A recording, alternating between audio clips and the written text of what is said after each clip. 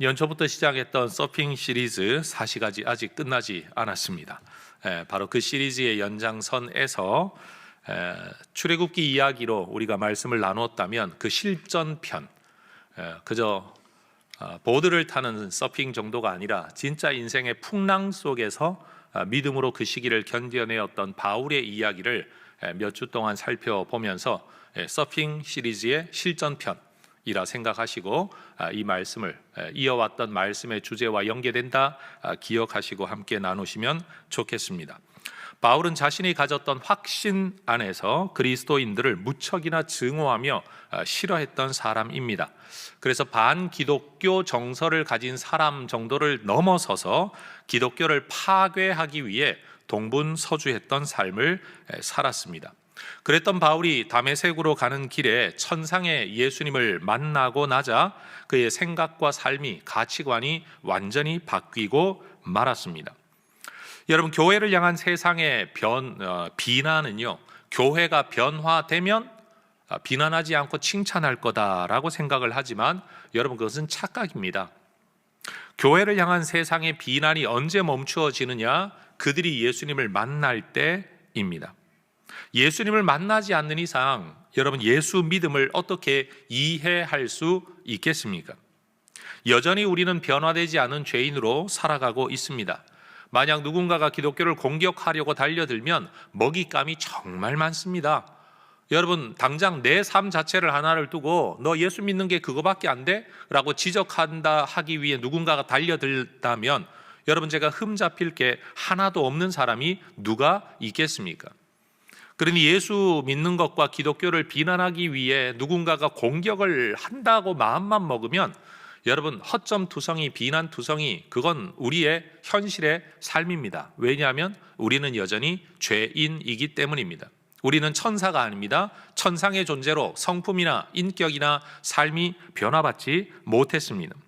그래서 우리는 여전히 예수님만이 소망이다라는 고백을 하고 모여 있는 겁니다. 문제 없고 비난 못 받는 사람으로 살아가는 것이 아니라 비난받을 만한 우리가 여전히 예수밖에 소망이 없다라고 모여 있는 사람들이 바로 예수쟁이와 교회인 거죠. 그러니 우리를 향한 세상의 비난을 우리는 피해 나갈 길이 없습니다. 이단 교주인 JMS라는 사람의 이야기나 또는 어느 정치인의 가족 이야기 때문에 전체 기독교와 기독교인에 대한 비난의 화살이 쏟아지고 있는 이 현실은 우리에게는 좀 불편한 일이기는 하지만, 그러나 그런 세상의 비난 속에서도 우리가 해야 할 말은 분명합니다. 그렇습니다. 우리는 여전히 죄인입니다. 사실 이 말을 우리는 해야 합니다. 네가 뭘 몰라서 그런데 사실은 그게 아니야 라고 말하는 것보다 그렇습니다. 우리는 부족합니다. 우리는 죄인입니다. 우리도 잘 살고 싶은데 그게 뜻대로 안 됩니다. 사실은 그 말이 우리에게 필요하다라는 겁니다. 여러분, 그런 우리를 구원하시는 예수님의 은혜가 얼마나 큽니까? 비난하고 책 잡으려면 한도 끝도 없는 우리를 여러분, 그래도 구원해 주시는 하나님의 은혜, 우리가 바로 그 은혜와 사랑 때문에 오늘 이 자리에 모여 예배하고 있는 거죠. 예수님을 만나고 나자 바울은 예수쟁이가 되었습니다. 예수를 구세주요 하나님이라고 전하는 전도자가 되었습니다. 그리고 예수 믿는 공동체를 세워나가는 선교사가 되었습니다. 그리고 예수 믿는 성도들을 돌아보는 목회자가 되었습니다. 여러분, 예수님을 만나면 이렇게 삶이 변한다라는 겁니다. 오늘 우리가 살펴보려고 하는 사도행전 27장의 본문은 그리스도 신앙으로 인해 구금당하고 재판도 받다가 이제는 황제 앞에서 재판받기 위해 로마로 호송되고 있는 바울의 이야기를 담고 있습니다. 바울 생의 마지막 여행이 시작이 된 겁니다. 아구스도대라고 불리워지는 황제의 직속 부대에 속한 율리오라는 백부장 장교의 책임 아래 바울은 지금 호송당하고 있습니다. 그들은 가이사랴를 출발하여 시돈을 거쳐 무라라는 항구에 도착하여서 그곳에서 아프리카에서부터 알렉산드리아에서 출발해서 로마로 가는 이 곡물 운반선, 그 큰 배를 갈아타고 이제 로마로 향하기 시작합니다.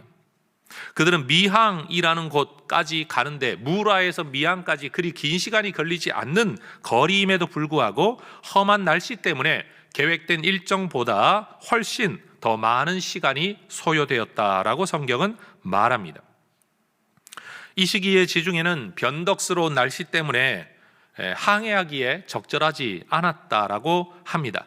이미 이 지중해 연안 여러 번 넘나들며 선교 여행을 경험해 보았던 바울은 자신의 호송 책임을 맡고 있는 백부장에게 지금은 위험하니 겨울을 여기서 보내고 그 다음에 로마로 가는 게 좋겠다라고 제안을 합니다. 그러나 백부장은 바울이 제안하는 이 미항이라는 곳보다는 크레타 섬 남쪽에 있는 베닉스라는 항구가 겨울을 보내기에는 조금 더 낫겠다라는 뱃사람들의 판단을 따라서 딱 하루만 항해를 더 하자라는 결정을 내립니다. 성경 기록을 통해 앞으로 다가올 일, 다시 말해 이들이 풍랑으로 한 달이나 넘는 시간을 고생하는 이야기를 이미 알고 있는 우리로서는 바울의 말을 듣지 않는 백부장이 좀 어리석어 보입니다. 그러나 여러분, 이 상황에서 백부장의 판단은 굉장히 합리적인 판단이라고 저는 생각을 합니다. 4가지 이유가 있죠. 첫 번째, 여러분, 그들이 보기에 죄수의 말보다는 그곳에서 늘 먹고 살아가는 뱃사람들의 말이 훨씬 더 신뢰할 수 있는 것 아니겠습니까? 소위 말해 전문가의 견해라는 거예요. 여러분, 우리 장로님들이 사업을 하는데 제가 거기서 사업 이렇게 한번 해보시죠, 저렇게 해보시죠 라고 말하면 그 얼마나 웃기는 이야기입니까? 여러분, 그런 것처럼 바울이 아무리 여행을 많이 했다고 하더라도 여러분, 매일 거기서 살아가는, 그곳에서 항해하며 살아가는 뱃사람들만큼의 전문가는 아니었다라는 거죠. 그러니 백부장 입장에서 누구 말을 듣겠습니까? 당연히 전문가의 말을 듣게 되겠죠. 두 번째는요, 현재 정박하고 있는 미항이라는 이곳이 여러분 아름다운 항구일지는 몰라도 이 큰 화물 운반선이 정박하기에 겨울을 보내기에는 여러 여건상 마땅치 않았던 모양입니다. 그러니 12절을 보면 그 항구가 겨울을 보내기에 좀 불편하다, 뭔가 적절하지는 않다라고 판단을 했기 때문입니다. 세 번째, 한 사람의 말보다는 여러 사람의 말이 사실은 더 신뢰가 가는 것 아니겠습니까? 바울 한 사람만 미항을 이야기하고 있고 뱃사람들 대부분이 지금 베닉스를 이야기하고 있으니 한 사람보다야 여러 사람의 말을 따르는 게 훨씬 더 민주적이고 훨씬 더 합리적이라고 말할 수 있겠죠. 네 번째, 미항에서 베닉스까지의 거리는 기껏해야 한 60-70km밖에 되지 않아서 여러분 며칠을 운항하는 게 아니라 하루만 운항을 하면 충분히 갈 수 있는 거리였기 때문에다가 성경 13절을 보면 마침 운항하기에 적절한 남풍이 불고 있어서 이 바람이라면 빨리 갈 수 있겠다라고 판단하는 상황이었기 때문입니다. 여러분, 이 뱃사람들도 자기의 목숨이 걸려 있고 자기의 생업이 걸려 있는 이 항해에서 여러분, 선장과 선주가 일부러 어려움을 당하려고 이런 선택을 내린 것은 아닐 것입니다. 우리 예수 믿는 사람들이 꼭 기억해야 될 게 있습니다. 내가 예수를 믿고 하나님을 섬긴다는 이유 때문에 세상 사람들을 불쌍하게 바라보는데 그 불쌍함이 때때로는요 무시하는 것이 될 수 있다는 거예요. 마치 어리석은 사람들, 그들이 행하는 모든 것들은 의미도 없는 것, 그들은 무조건 죄만 지으려고 사는 사람인 것처럼 표현하는 거, 이거 굉장히 무례한 일입니다. 여러분, 교회 밖에 있는 사람들도요 다 열심히 살아보려고, 잘 살아보려고, 나름대로는 멋지게 살아보려고 애쓰고 있다는 사실을 우리는 인정해야만 합니다. 그들은 어쩌면 우리보다도 더 열심히 살아보려고, 예수 믿는 사람들보다 더 성실하게, 더 착하게 살아보려고 애쓰고 있는 사람이라는 것을 인정해야 된다라는 겁니다. 지금 그러니 이 본문 속에서 뱃사람들, 선장과 선주의 말, 그리고 백부장의 판단을 우리는 함부로 왜곡 또는 곡해 폄하해서는 안 될 것입니다. 누구나 자기 나름대로는 가장 타당한 판단, 가장 합리적인 판단을 내리며 살아가는 거죠. 어떤 상황에서든지 상식과 합리성을 따라 살아가는 건 당연한 일이고 마땅히 그래야 할 일입니다. 제가 만약 예수를 믿지 않는 사람으로서 백부장의 역할로 지금 바울을 호송하고 있다면 저라도 바울 한 사람 말을 듣기보다야 더 많은 사람, 비전문가의 말보다야 전문가의 말, 그리고 이 상황 충분히 가능성이 있겠다라고 판단되어지는 곳, 이왕이면 불편한 것보다는 조금 더 쾌적한 곳으로 가서 삶을 살아보려고 노력했을 것 같아요. 전 절적으로 백부장의 편을 들고 싶다라는 겁니다. 그런데 가장 합리적이고 상식적인 이 백부장과 뱃사람들의 판단은 몇 시간이 지나지 않아 뜻하지 않은 난관에 부딪히고 맙니다. 유라굴로라는 북동풍이 태풍으로 불어와서 배가 바다에서 표류하게 된 겁니다. 어떻게든 배를 제어해 보려고 애쓰던 뱃사람들, 거세게 몰아치는 이 바람 때문에 배를 통제할 의지마저 포기하고 맙니다. 이건 우리가 어떻게 할 수 있는 바람이 아니다라는 상황이 이르게 된 겁니다. 이제 선장과 선주는 원하는 시간 안에 원하는 대로 계획된 일을 진행할 수 없는 상황이 되고 말았습니다. 하루면 갈 수 있을 것이라고 판단한 그 길이 한 달이 넘는 표류의 시간이 되고 만 겁니다. 그나마 이런 상황에서 경험 있는 그들이 할 수 있는 일이라고는 강풍에 떠밀려 다니는 배가 모래톱에 걸리지 않도록 배를 가볍게 하는 것 뿐이었습니다. 그래서 그들은 목숨만이라도 건지려고 18절의 말씀을 보면 자기들의 손으로 이 항해의 이유가 되는, 다시 말해 알렉산드리아에서 이집트 그 곡창지대에서 수확한 곡물들을 싣고 로마, 이탈리아로 운송해서 그것으로 벌어먹고 사는 이 사람들이 여러분 정작 자기들의 돈의 이유, 항해의 이유가 되는 이 곡물마저도 바다에 버릴 수밖에 없었습니다. 심지어는 배를 운항하기 위한 최소한의 연장들까지도 다 내어 버리는 상황이 되었습니다. 여러분, 예측이 가능한 일상적인 상황에서는 돈, 자본력, 경험과 지식의 전문성, 상식적이고 합리적인 리더십이 세상을 움직입니다. 일상적일 때 말입니다. 그러나 누구도 예측하지 못하고 통제하지 못하는 상황에 맞닥뜨리게 되면 경험과 지식의 전문성 또는 돈과 이익의 논리, 상식적이고 합리적인 리더십, 그리고 그런 합리적인 권력마저도 아무런 힘을 쓰지 못할 때가 있습니다. 그동안 우리의 경험과 전문성과 비전 안에서 계획하고 실행하여 얻어왔던 어떤 결과가 있다고 한다면 그나마 내 판단, 내 결정, 내 노력, 내 성실함 아니면 나의 추진력 덕분에 뭔가 얻은 게 있다고 한다면 사실 그것이 통하는 상황이었기 때문에 그런 것입니다. 그런데 그러한 일상이 깨어질 때, 그때 나의 통제력을 벗어난 상황이 되면 우리의 경험과 전문성, 나의 판단력, 나의 합리성, 나의 공적인 리더십, 사실 이런 것들 무기력해질 때가 있다라는 겁니다. 그리고 지금 이 본문을 보면 그들의 합리적인 판단이 무기력화되었을 때 여러분 이들은 자기들이 원래 드러내지 않았던 그들 속에 있는 본성도 드러나기 시작했습니다. 생각지도 못했던 이 광풍 때문에 이 배의 실질적인 권세자들이 누굽니까? 배의 주인인 선주, 배 운항을 책임지고 있는 선장, 그리고 배 운항의 실무를 담당하는 뱃사람들, 그리고 이 안에서 지금 로마 정부를 배후에 두고 공권력을 실행하고 있는 장교였던 백부장. 그런데 그 모든 힘과 권세를 가지고 있는 사람들이 이 풍랑을 만났을 때는 그들이 할 수 있는 것이 아무것도 없었습니다. 작은 풍랑일 때는 경험이 유리하죠. 경험 있는 사람들이 헤쳐나갈 수 있겠죠. 그런데 자기 경험으로 헤쳐나갈 수 없는 풍랑 앞에서는 그들이 할 수 있는 건 기다리는 것 외에는 없었습니다.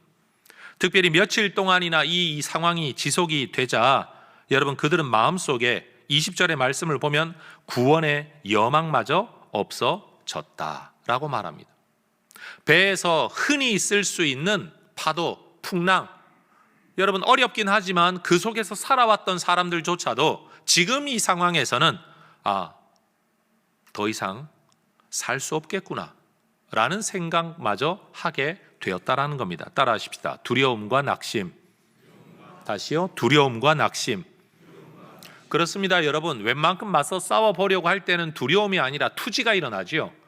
그런데 투지를 가지고 맞서 보려고 했는데 자꾸만 좌절이 되고 이 상황이 지속되고 미래가 보이지 않으면 우리 마음속에 슬그머니 두려움이 일어납니다. 어떤 사람은 좀 더 빨리 두려움이 일어날 것이고 좀 더 용맹스러운 사람은 나중에 일어나게 되겠지만, 사람은 누구나 자기 힘으로 극복할 수 없는 상황을 만나면 두려움과 낙심을 가지게 되기 마련입니다. 바울을 호송하기 시작할 때만 해도 누구에게서도 이런 마음이 발견되지 않았습니다. 숨어있는 마음이었습니다. 그런데 지금 이 풍랑이 그들 속에 있는 이 두려움, 이 낙심이 드러나게 만들었다라는 겁니다. 또 30절의 말씀을 보면 이 풍랑 속에서 벳사람들은 자기들만이라도 살아보려고 일종의 구명정을 띄어서 도망가려고 합니다. 따라하십시다. 살 길을 찾기 위한 몸부림. 내가 이 배에서 먹고 살았던 뱃사람인데 이 배가 어떻게 되는지는 그 다음 나중 문제고 나부터 살아야 되겠다. 여러분, 이게 지금 사람들에게 나타나고 있는 모습이었습니다. 배 위에서 여러분 생과 사를 함께할 동역자, 동료라고 여겼던 사람들이 여러분 이제는 자기들의 살 길만 찾게 된 겁니다. 세 번째는요, 이 안에 있는 군인들은요, 42절의 말씀을 보면 혹여나 죄수들이 도망할까 봐 아예 죽여버리자라는 이야기를 내놓습니다. 왜 그들이 죄수를 죽이려고 하는가 하면 로마법에 의하면 죄수를 책임진 사람이 죄수를 놓치게 되면 자기 목숨으로 죄수를 대신해야 되기 때문입니다. 그러니 여러분, 놓치고 난 뒤에 책임 묻느니 아예 우리 손으로 죽일 수밖에 없었다라고 말하는 것이 오히려 자기들의 처벌이 경감되는 길이기 때문에 그러한 겁니다. 따라하십시다. 책임 회피. 문제를 만나면 사람들에게 일어나는 이 세 가지 반응, 사실 우리 안에 다 있는 것 아닙니까? 두려움과 낙심, 어떻게 하면 살 길을 찾을 수 있을까? 어떻게 하면 책임을 모면할 수 있을까? 그러니까 이 사도행전 27장에 나오는 이야기는 바울의 이야기가 아니라 바로 오늘 이 땅을 살아가는 우리의 이야기인 겁니다. 항해 전문가들인 뱃사람들이나 통제 권력을 쥔 군인들이나 자기 능력으로 어떻게 할 수 없는 문제 상황을 만나니까요, 모두가 자기 살 길만 찾고 있는 겁니다. 그런데 이 상황에서, 이 똑같은 상황에서, 구원의 여망이 보이지 않는 이 상황에서 딱 한 사람이 다른 반응을 보입니다. 바로 사도 바울이죠. 바울 역시 똑같은 인간의 본성을 가지고 있었을 텐데 그도 다른 사람들처럼 자기 살 길을 찾아야 마땅한데, 그런데 바울이 전혀 다른 행동을 하죠. 22절 말씀을 보십시오. 내가 너희를 권하노니 이제는 안심하라. 너희 중 아무도 생명에는 아무런 손상이 없겠고 오직 배뿐이리라. 배만 손상되고 누구 한 사람도 생명 손상받는 일이 없을 거다. 모두가 죽음의 두려움 앞에 떨고 있는 상황에서 돈도 없죠, 전문성도 없죠, 권력도 없는 바울이 오히려 돈 가진 사람, 권력 가진 사람, 전문성 가진 사람들을 위로하고 있습니다. 격려하고 있습니다. 다독거리고 있는 겁니다. 바울이 왜 이런 일이 가능했습니까? 구원의 여망이 사라져버린 이 상황, 바울이 그들을 위로할 수 있었던 것은 돈, 전문성, 권력이 없는 바울이 그 모든 것을 가진 사람들을 위로할 수 있었던 것은 바로 하나님의 말씀, 약속 때문이었습니다. 여러분 23절부터 25절까지를 화면을 보고 같이 한번 읽어 보겠습니다. 내가 속한 바 곧 내가 섬기는 하나님의 사자가 어젯밤에 내 곁에 서서 말하되 바울아 두려워하지 말라. 네가 가이사 앞에 서야 하겠고 또 하나님께서 너와 함께 항해하는 자를 다 너에게 주셨다 하였으니 그러므로 여러분이여 안심하라. 나는 내게 말씀하신 그대로 되리라고 하나님을 믿노라.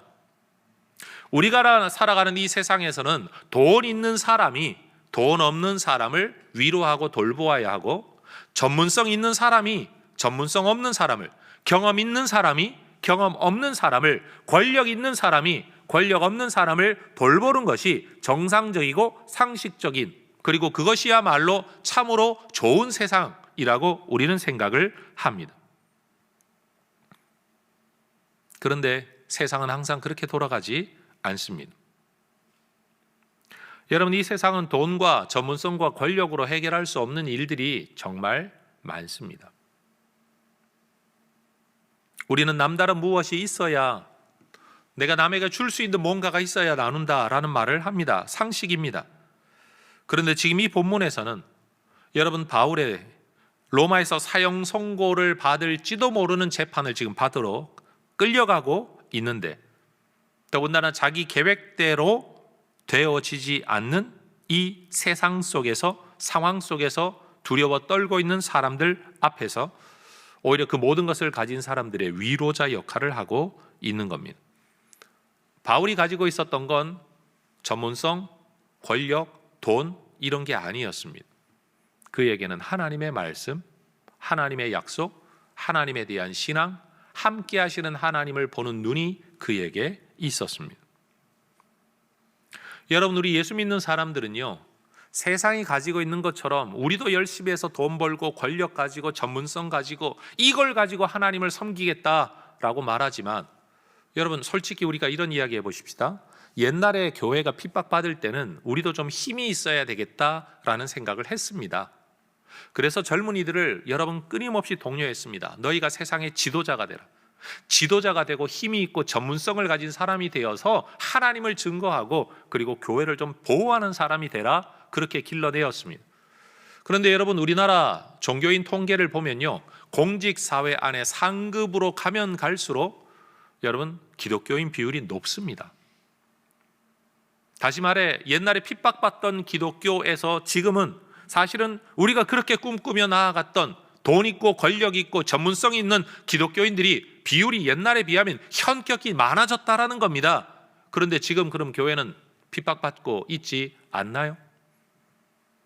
핍박은 모르겠지만 비난받고 있는 것은 분명합니다. 왜요? 더 많은 책임을 세상이 요구하고 있거든요.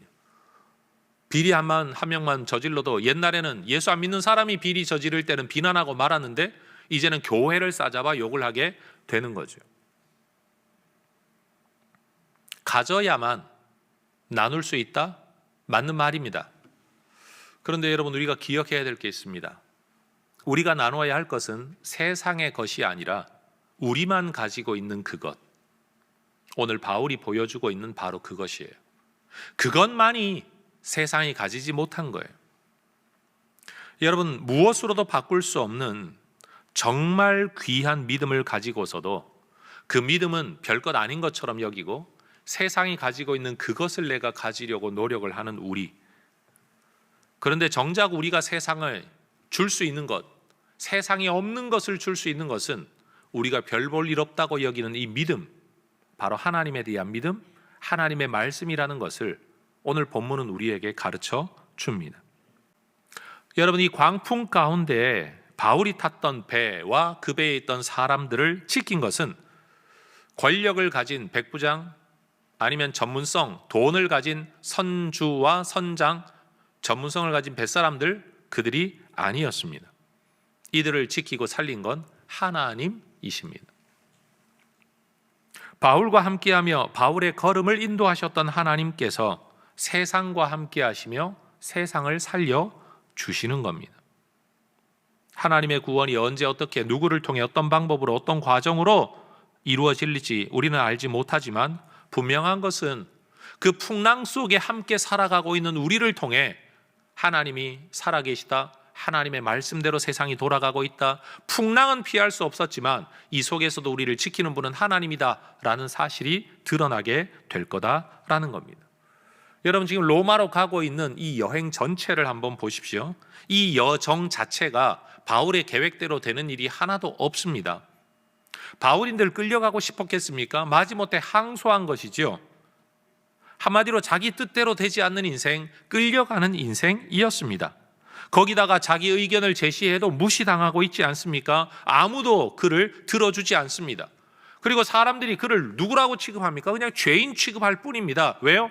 떠나고 있는 목적이 재판받기 위함이니까요. 그래서 군인들이 그를 호송할 수밖에 없었던 것입니다. 내 인생이 내 뜻대로 되지 않습니다. 내 인생이 남의 판단에 의해 이끌려 다니고 있습니다. 그러나 기억해야 됩니다. 그때도 하나님은 바울과 함께하고 계셨다. 성도 여러분, 내 인생이 내 뜻대로 되지 않고 내 계획대로 되지 않고 다른 사람의 판단 때문에 내 인생이 끌려다닐 수밖에 없고 내가 존중받지 않는 것이 아니라 무시당하고 있고 여러분 죄인 취급받으며 살아가고 있는 상황에서도 하나님이 우리와 함께하고 계심을 믿으시기를 주의 이름으로 축원합니다. 내가 거기에서 여러분 무시당하는 게 아니라 인정을 받고 내가 거기서 뭐가 없는 게 아니라 돈 있는 자, 권력 있는 자, 전문성이 있는 자가 되어 인정받아 하나님을 드러내는 게 아니라 바울은 모든 것이 없는 그 상황에서 오직 하나님의 말씀 하나로 나중에는 그들에게 인정받는 자가 되었습니다. 왜요? 거짓을 말하는 자가 아니라 진리를 말하는 자였기 때문에. 돈, 권력, 전문성 있는 사람들이 해결할 수 없는 일, 그것을 하나님의 약속과 말씀으로 해결해 나가는 사람이라는 것을 알게 되었기 때문입니다. 여러분, 이 배 하나 270여 명의 사람들이 타고 있었던 이 배는 그들에게는 세상 전부였습니다. 하나의 세계였죠. 하나의 세계. 이 하나의 세계에 대한 하나님의 뜻은 바울만이 알고 있었습니다. 돈과 전문성과 경험을 가진, 힘을 가진 사람들이 전혀 알지 못했습니다. 일상에서는 그들이 지배했고 그들이 통치했습니다. 그러나 비상 상황에서는 그들이 가지고 있는 모든 것이 효력이 없었습니다. 바로 그 상황에서 그들을 이끌고 있고 그들의 앞날을 준비하고 계신 분은 그들이 아니라 하나님이시다라는 사실이 지금 이들에게 드러나게 된 겁니다. 여러분, 지금 지구 땅을 누가 지배하고 있습니까? 똑똑한 사람들, 돈 있는 사람들, 힘 있는 사람들입니다. 그런데 여러분, 우리는 알아야 됩니다. 이런 일상에서는 그들이 세상을 지배하는 것 같지만 풍랑을 만나지 않더라도 결국 이 세상은 하나님의 뜻 안에서, 하나님의 손 안에서, 하나님의 계획 안에서 진행되고 있다는 사실을 우리는 알아야 할 겁니다. 여러분, 그 세상을 좁게 가지고 들어와 지금 내 인생 하나만 두고 보십시다. 내 인생을 내 멋대로 살아가기에는 전문성도 없고 능력도 없고 힘도 없고 경험도 없고 아무것도 없다라고 답답해하고 있지만, 여러분, 내 인생 지금 누가 손에 쥐고 계십니까? 우리 하나님이 그 손에 쥐고 계십니다. 구원의 여망이 없어 보이든 남풍이 불어 득의, 야 이제는 되겠구나, 좋은 때가 왔구나 라고 판단을 하든, 여러분, 남풍이 불 때나 광풍이 불 때나 그들은 하나님의 손에 붙들려 있었던 사람이라는 걸 잊지 말아야 됩니다. 하나님의 백성들은 걱정할 만한 두려운 상황, 예기치 못했던 문제 상황 앞에서 이 세상 사람들처럼 두려워 떨거나 살 길을 찾거나 책임 회피하려고 하거나 라는 반응이 아니라, 하나님, 내가 일상의 삶에서는 내가 사는 대로 살던 대로 살면 되었는데 지금은 그러지 못한 상황입니다. 주님 도와주셔야 되겠습니다. 이 상황에서도 주님 나와 함께하고 계심을 믿습니다. 여러분, 우리에게 바로 그 믿음이 필요하다라는 겁니다. 누구도 통제할 수 없는 이 상황을 우리 하나님이 통제하고 계시다. 모두가 인정하지 않지만 그 하나님이 나를 부르시고 세우셨다. 세상이 나를 재판하겠지만 그 자리에 세우시는 분인 황제가 아니라 하나님이시다. 모든 것 합력하여 선을 이루실 우리 하나님에 대한 믿음이 우리에게 필요하다라는 겁니다. 여러분, 지금 당장 남풍에 순풍이 불어온다고 해서 야, 계획대로 잘 되겠구나, 그럴 때가 있죠. 사업을 하다가, 일을 하다가, 목회를 하다가 보면 뭔가 여러분 잘 풀려나갈 때가 있습니다. 그런데 여러분, 그 바람이 끝까지 부는 게 아니에요. 또 반대로 당장 유라굴로라는 광풍이 불어와 배를 뒤집어 놓을 것만 같지만, 여러분, 죽게 되었다고 하지만 하나님 하시잖아요. 절대 죽지 않는다. 절대 죽지 않는다. 너 이 바다에 빠져 죽지 않는다. 너 황제 앞에 서야 될 사람이다. 내가 너를 빠져 죽게 만들 것 같으냐? 너를 향한 내 뜻이 이루어지기 전에 너는 절대 망하지 않는다. 네 눈에는 망할 것처럼 보이지만 망하지 않는다. 여러분, 그게 바로 하나님의 약속의 말씀인 겁니다. 여러분, 우리가 가지고 세상을 먹이고 위로할 수 있는 게 뭘까요? 돈 아닙니다. 여러분들이 목사 찾아오면서 목사님 돈 좀 빌려주세요 이러고 오는 사람이 누가 있습니까? 축복의 기도 아닙니까? 그렇죠? 하나님의 뜻이 뭘까요? 라는 질문 아닙니까? 우리가 세상에 나누는 건 바로 그거예요. 여러분이 세상과 맞서 싸워서 이기는 건요, 돈으로 세상을 이기는 게 아니라 믿음으로 이기는 거예요. 세상은 배경과 연줄과 인맥과 백을 가지고 자기 문제를 헤쳐나가려고 해요. 그게 그들의 삶의 방식이니까요. 그런데 우리는요, 하나님 백 쓰는 거죠. 기도하고 엎드려 주께서 열어주시는, 야, 너 멍청하게 그러고 있어가지고 뭐가 될 것 같으냐, 뭐라도 싸들고 가서 누굴 찾아가 봐야지. 그런데 우리는 말하죠. 하나님께서 주시면 받고 안 주시면 못 받는 거고, 주님 앞에 엎드려 내 할 일 다 하는, 여러분, 그게 예수 믿는 사람들의 삶의 방식 아니겠습니까? 여러분, 돈, 전문성, 권력이라는 세상을 움직이는 이 세 개의 힘이 어찌할 수 없는 상황에서도 오직 하나님 믿음, 하나님의 약속의 말씀이 오히려 그들을 위로하고 그들을 다독거릴 수 있었다고 한다면, 예수를 믿고 있는 지금 저와 여러분, 우리는 뭘 더 가져야만 된다라는 생각을 하기 이전에 이미 주신 이 은혜, 이 믿음을 가지고 여러분, 오히려 돈 있는 사람, 전문성 있는 사람, 권력 있는 사람들을 위로하는 여러분 될 수 있기를 축복합니다. 여러분, 우리가 가진 것이요, 세상이 가진 것보다 더 크고 위대한 줄로 믿습니다. 우리가 어떻게 세상의 풍랑을 헤쳐나갈 수 있을까요? 어떻게 세상의 파도를 뛰어넘어 서핑하는 인생이 될 수 있을까요? 이 믿음을 굳건하게 붙드는 겁니다. 여러분, 우리 모두 이런 믿음의 사람 되시기를 주의 이름으로 축원합니다. 기도하겠습니다.